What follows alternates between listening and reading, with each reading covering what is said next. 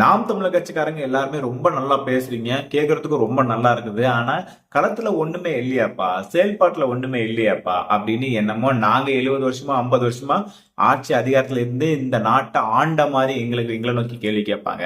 ஆனா நாங்க ஆட்சி அதிகாரத்துல இல்லாம என்னென்ன பண்ணிருக்கோம்ன்றது கொஞ்சம் பாருங்க.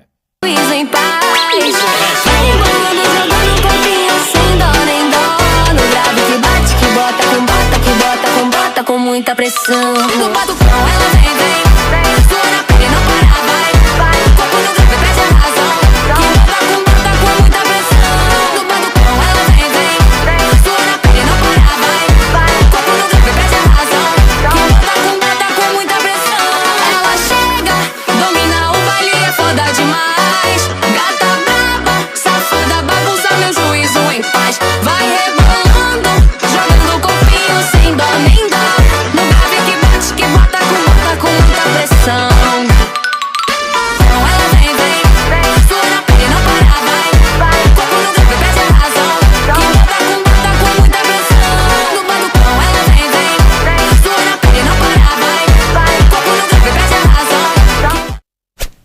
இது எல்லாம் பாத்தீங்கன்னா ஒரு சின்ன சாம்பிள் தான். ஏன்னா ஒரு வீடியோல ஒரு ஷார்ட்ஸ்ல நிறைய போட முடியாது.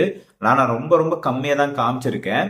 இது மட்டும் இல்லாம நாங்க நாம் தமிழர் கட்சியில பாத்தீங்கன்னா கவுன்சிலர் யாருமே இல்ல அப்படின்ட்டு பல பேர் எங்களுக்கு கிண்டல் பண்ணிட்டு இருக்காங்க. ஆனா இருக்கிற உண்மை என்னன்னா, ஏற்கனவே நாம் தமிழர் கட்சியில கன்னியாகுமரி மாவட்டத்துல மட்டும் 6 கவுன்சிலர் இருக்காங்க.